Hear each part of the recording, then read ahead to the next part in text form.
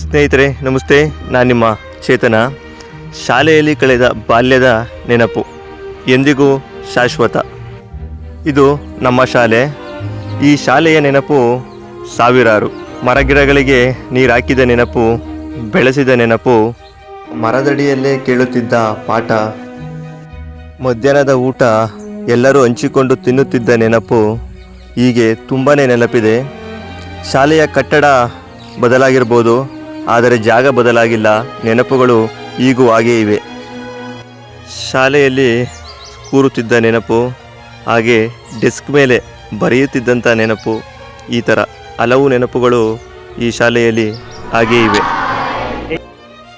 20 ವರ್ಷಗಳ ನಂತರ ಎಲ್ಲ ಸ್ನೇಹಿತರು ಸೇರಬೇಕು, ಹಾಗೆ ಈ ನೆನಪನ್ನು ಮತ್ತೆ ಮೆಲುಕು ಹಾಕಬೇಕು, ಮತ್ತು ಎಲ್ಲ ಶಿಕ್ಷಕರನ್ನು ಕರೆಸಬೇಕು ಅನ್ನೋದು ಒಂದು ಆಸೆಯಿಂದ ಮಾಡಿದಂಥ ಕಾರ್ಯಕ್ರಮವೇ ಗುರುವಂದನ ಹಾಗೂ ಸ್ನೇಹಿತರ ಸಮ್ಮಿಲನ ಕಾರ್ಯಕ್ರಮ. ಈ ಕಾರ್ಯಕ್ರಮ ಹೇಗೆ ನಡೀತು, ಯಾವ ಥರ ಇತ್ತು ಅನ್ನೋದನ್ನೆಲ್ಲ ಈಗ ನೋಡೋಣ ಬನ್ನಿ. ಮತ್ತು ಈ ಕಾರ್ಯಕ್ರಮಕ್ಕೆ ನಮ್ಮ ಸ್ನೇಹಿತರು ಪಾಲ್ಗೊಂಡ ರೀತಿ ಮತ್ತು ಅವರು ಕೊಟ್ಟಂಥ ಪ್ರೋತ್ಸಾಹ, ತೋರಿಸಿದಂಥ ಉತ್ಸಾಹ ಎಲ್ಲನೂ ತುಂಬ ಅದ್ಭುತವಾಗಿತ್ತು. ಯಾಕೆಂದರೆ ಕಾರ್ಯಕ್ರಮನ ಆಯೋಜನೆ ಮಾಡೋದು ತುಂಬ ಕಷ್ಟ ಇದೆ. ಅಂಥ ಕಷ್ಟದಲ್ಲಿ ಎಲ್ಲನೂ ನಾವು ಮಾಡೋಣ ಅಂತ ಮುಂದೆ ನುಗ್ಗಿ ಮಾಡಿದಂಥ ಕಾರ್ಯಕ್ರಮ ಇದು. ತುಂಬಾ ಎಲ್ಲ ಸ್ನೇಹಿತರಿಗೂ ತುಂಬಾ ಹೃದಯಪೂರ್ವಕ ಧನ್ಯವಾದಗಳನ್ನ ತಿಳಿಸೋಕ್ಕೆ ಇಷ್ಟಪಡ್ತೀನಿ. ಯಾಕೆ ಅಂದರೆ ಇದು ಒಬ್ಬರು ಇಬ್ಬರು ಸೇರಿ ಮಾಡುವಂಥ ಕಾರ್ಯಕ್ರಮ ಆಗಿರಲಿಲ್ಲ. ಯಾಕೆಂದರೆ ಎಲ್ಲರ ಶ್ರಮ ಮತ್ತು ಎಲ್ಲರ ಒಂದು ಪ್ರೋತ್ಸಾಹ ಬೇಕಾಗಿತ್ತು. ಆ ಪ್ರೋತ್ಸಾಹ ನಮ್ಮ ಎಲ್ಲ ಸ್ನೇಹಿತರು ಕಡೆಯಿಂದನೂ ಎಲ್ಲ ಥರದಲ್ಲೂ ಸಹ ಸಿಕ್ಕಿದೆ. ಹಾಗಾಗಿ ಕಾರ್ಯಕ್ರಮ ಯಶಸ್ವಿಗೊಂಡಿದೆ ಅಂತ ನಾನು ಅಂದ್ಕೊಂಡಿದ್ದೀನಿ. ನಿಮಗೆಲ್ಲ ಏನು ಅನಿಸುತ್ತೆ ಕಮೆಂಟ್ ಮುಖಾಂತರ ತಿಳಿಸಿ. ಈ ಕಾರ್ಯಕ್ರಮದ ಹೇಗಿತ್ತು, ಕಾರ್ಯಕ್ರಮ ಹೇಗೆ ನಡೀತು ಅನ್ನೋದು ನಿಮ್ಮ ಅನಿಸಿಕೆಗಳನ್ನು ತಿಳಿಸಿ. ಹಾಗೆ ಯಾರೆಲ್ಲ ನಮ್ಮ ಚಾನಲ್ನ ನೋಡ್ತಾ ಇದ್ದೀರಾ ಫಸ್ಟ್ ಟೈಮು ಸಬ್ಸ್ಕ್ರೈಬ್ ಮಾಡ್ಕೊಳ್ಳಿ. ಹಾಗೆ ಸಬ್ಸ್ಕ್ರೈಬ್ ಮಾಡ್ಕೊಳ್ಳೋ ಮುಖಾಂತರ ನಮಗೂ ಸಹ ಪ್ರೋತ್ಸಾಹವನ್ನು ನೀಡಿ.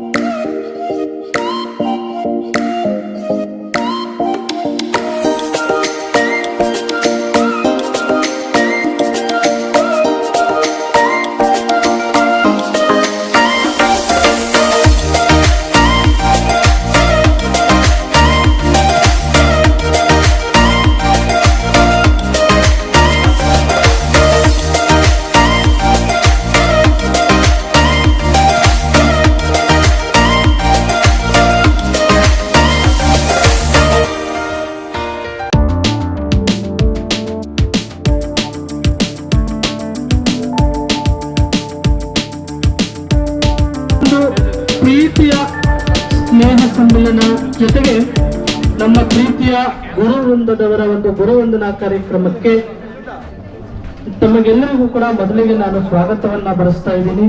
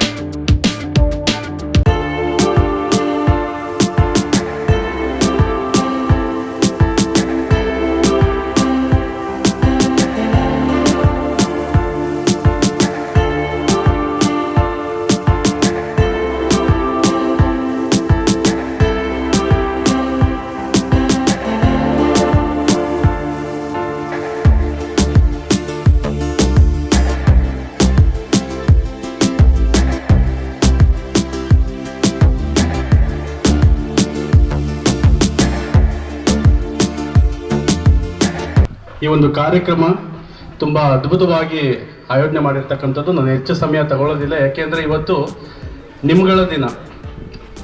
ಸುಮಾರು 20 ವರ್ಷಗಳ ಆದಮೇಲೆ ಎಲ್ಲರೂ ಸೇರಿರ್ತಕ್ಕಂಥ ದಿನ ಆಗಿರೋದ್ರಿಂದ ನೀವು ಹೆಚ್ಚು ಸಮಯಗಳನ್ನ ನೀವು ಇಲ್ಲಿ ತಗೊಳ್ಬೇಕು.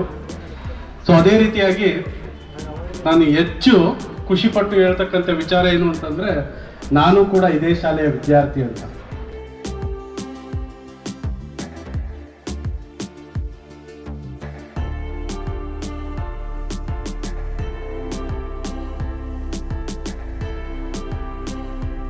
ಸದಾಕಾಲ ಸಿಗುತ್ತೆ. ಅದರಿಂದ ಒಂದು ಗುರಿಯನ್ನು ಮುಟ್ಲಿಕ್ಕೆ ಸಾಧ್ಯವಾಗುತ್ತೆ ಅನ್ನೋ ವಿಷಯವನ್ನು ನಾನಾದರೂ ನಂಬಿದ್ದೇನೆ. ಅದೇ ಒಂದು ಸಾಧನೆಯ ಹಾದಿಯಲ್ಲಿ ನೀವೆಲ್ಲರೂ ಮುಂದೆ ಹೋಗಿ ಗುರಿ ತಲುಪಿದ್ದೀರಾ.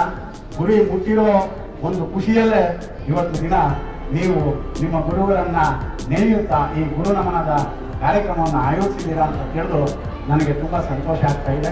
ತಮ್ಮೆಲ್ಲರಿಗೂ ಕೂಡ ನನ್ನ ಹೃದಯಪೂರ್ವಕವಾದಂತಹ ಧನ್ಯವಾದಗಳನ್ನು ಅರ್ಪಿಸ್ತೀನಿ. ನಾನು ಇಲ್ಲಿ ಗುರುವಂದನಾ ಕಾರ್ಯಕ್ರಮ ಅಂತಂದ್ರೆ ಗುರುಗಳಿಗೆ ಒಂದು ನಮನವನ್ನು ಸಲ್ಲಿಸಬೇಕಾದ್ದು ಕಾರ್ಯಕ್ರಮ. ಯಾಕೆ ಅಂತಂದ್ರೆ ಆ 8, 9, 10ನೇ ತರಗತಿಯಲ್ಲಿ ಇದ್ದಾಗ ಸಾಕಷ್ಟು ಹೊಡೆದ್ಬಿಟ್ಟು ಹಾಗೂ ಸದೈಗಳು ನಮ್ಮ ಏನಿರ್ತಾರೆ ಅಂತ ತುಂಬ ವರ್ಷಗಳ ಬರ್ತೀನಿ. ಜಾನಪದ ಇರ್ತಾರೆ ನಾನು ಅಷ್ಟೇ. ಅದು ಮೇಡಮ್ ಬಂತು ನಾನು ಕ್ಯಾಂಡಿಡೇಟ್ ಇದ್ರು, KT ಸರ್ ನೋಡ್ತಿದ್ದೆ, MD ಸರ್ ನೋಡ್ತಿದ್ದೆ, ಅಶೋಕ್ ಮೇಡಮ್ ಅಷ್ಟೇ ಇತ್ತೀಚೆಗೆ ಸಿಕ್ಕಿತ್ತು ನನಗೆ ಅವರು. ಈಗ ನಮ್ಮ ಶಿಷ್ಯ ಹೇಳಿದ್ರು ಇವರು ಕ್ಯಾಚ್ ಮಾಡ್ತಿದ್ರು ಅಂತ. ಅದು ಈಗೇನು ಕ್ಯಾಚ್ ಮಾಡಲ್ಲ ಬಿಡಿ, ನೀವೆಲ್ಲ ಈಗ ಸಂಸಾರ ಆಗ್ಬಿಟ್ಟಿದ್ದೀರ. ಅವತ್ತಿನ ದಿನ ಹಂಗಿತ್ತು ಅಷ್ಟೇ ಸನ್ನಿವೇಶ. ಏನಪ್ಪ ದೃಷ್ಟಿ ಅಂತಂದರೆ, ಮನೇಲಿ ನಿಮ್ಮ ಮನೆಗಳಲ್ಲಿ ಕಷ್ಟಗಳಿತ್ತು, ಕಷ್ಟಪಟ್ಟು ಓದಿಸ್ತಾ ಇದ್ರು, ಶಾಲೆ ಕಳಿಸೋದೇ ಒಂದು ಕಷ್ಟ ಇತ್ತು. ಕೆಲವ್ರನ್ನ 8th 9th ಬಿಡಿಸ್ಬಿಟ್ಟಿದ್ರು. ಅಂದರೆ ಆ ಸಮಯದಲ್ಲಿ ದಾರಿ ತಪ್ಪುವಂಥ ಸಮಯ ಅನ್ಬೋದು. ಆ 10th ಸ್ಟ್ಯಾಂಡರ್ಡ್ 10ನಲ್ಲಿ ಅದು ಮತ್ತು ಕಾಲೇಜ್ ಟೈಮ್. ಯಾಕಂದ್ರೆ ಅದು ಒಂದು ನನಗೆ ಒಂದು ಗ್ರಿಪ್ಪಿಗೆ ಗೊತ್ತಿತ್ತು, ಅದಕ್ಕೋಸ್ಕರ ಆ ರೀತಿ ಮಾಡ್ತೀವಿ ಅಷ್ಟೇ ಹೊರತು ಬೇರೆ ಏನಿಲ್ಲ. ಮತ್ತು ಇನ್ನೊಂದು ಕ್ವಶನ್, ಈಗ ನಾನು ಈ ಶಾಲೆಯಲ್ಲಿ ನಾನು 1992 1992 ನಾನು ಎಂಟ್ರಿ ಆಗಿದ್ದು. ಆವಾಗ 3 ತಿಂಗಳು SSC ಎಕ್ಸಾಮ್ ಅವಾಗ ಎಂಟ್ರಿ ಆದೆ. ಈಗ ಅವಾಗ ಆಗಿದ್ದಂಥ ನನ್ನ ಸ್ಟೂಡೆಂಟ್ ಅಂತ ಹೇಳ್ಬೋದು ಪುಷ್ಪಲತಾ ಮೇಡಮ್ ಅವರು ಇದೇ ಶಾಲೆಯಲ್ಲಿ ಹೆಡ್ ಮೇಡಮ್ ಆಗಿದ್ದಾರೆ. ಈಗ ಅವರು ಸ್ಟೂಡೆಂಟ್. ಇನ್ನೊಂದು ಏನು ಖುಷಿ ಅಂತಂದರೆ, ನನ್ನ ಸ್ಟೂಡೆಂಟು ಅವ್ರ ಮಗಳಿಗೂ ಈಗ ಪಾಠ ಮಾಡ್ತಾ ಇದ್ದೀನಿ ಈಗ, ಅಂದರೆ ಟ್ಯೂಷನಲ್ಲಿ. ಅಂದರೆ ನನಗೆ ವಯಸ್ಸಾಗಿಲ್ಲ ಅಂತ ತಿಳ್ಕೊಬೇಡಿ, ಏನೋ ಚೆನ್ನಾಗಿ ಕಾಣಿಸ್ಬೇಕು ಅಂತ ಸ್ವಲ್ಪ ಬಣ್ಣಾಗಿ ಹಾಕೊಂಡು ಬರ್ತೀನಿ ಅಷ್ಟೇ. ಇದು ಹೇಳ್ಕೋಬೇಕಲ್ವೇ? ಹೌದು. ಮತ್ತು ಈ ಶಾಲೆಯಿಂದ SNK ಅಂತ ಕೂಡ ನಿಮಗೆ ಒಂದು ಫ್ಲ್ಯಾಶ್ ಆಗ್ಬೋದು. ಹಿಂದಿ ಪೈಮ್ಗಳನ್ನ ರಾಗ ಆಡುವಂಥದ್ದು, ಕಾಮಿಡಿ ಮಾಡುವಂಥದ್ದು, ದೇವಸ್ಥಾನ, ಪೂಜೆ, ಸಾಮಾನ್ಯವಾಗಿ ನಿಮಗೆ ಆಟೋಮೆಟಿಕ್ ಗೊತ್ತಾಗ್ಬಿಡ್ತೀನಿ. ಅದು ಏಟ್ಕೊಂಡು ಹೇಳ್ತಾ ಇದ್ದೀರಾ. ಅವರು ಕೌನ್ಸಿಲಿಂಗ್ ಆಗುವಾಗ ಹೇಳಿದ್ರು ಅವ್ರು ಸರ್, ರೇಖೆ ಇದು ಹಾವೇರಳ್ಳಿ ಅಂತ ಇದೆ, ರಾಮನಗರ ಇದು, ಅಲ್ಲಿ KPS ಅಂತ HM ಇದ್ದಾರಮ್ಮ, ನಿನ್ಗೇನು ಪ್ರಾಬ್ಲಮ್ ಇಲ್ಲ, ನೀ ಅಲ್ಲೋಗಿ ವರ್ಕ್ ಮಾಡು ಚೆನ್ನಾಗಿ ಅಂತ ಹೇಳಿದ್ರು.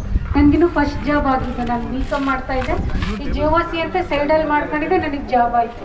ನಾನು ಸೆಕೆಂಡ್ ಇಯರ್ BCom ಅಲ್ಲಿಗೆ ನಿಲ್ಲಿಸ್ಬಿಟ್ಟು ನನ್ನ ಜಾಬಿಗೆ ಬಂದ್ಬಿಟ್ಟೆ. ಇಲ್ಲೇನೆ ಅಲ್ಲಿ ಬಂದಮೇಲೆ KPS ಸರು ಎಲ್ಲ ನನಗೆ ಡ್ಯೂಟಿ ರಿಪೋರ್ಟ್ ಮಾಡ್ಕೊಂಡ್ರು.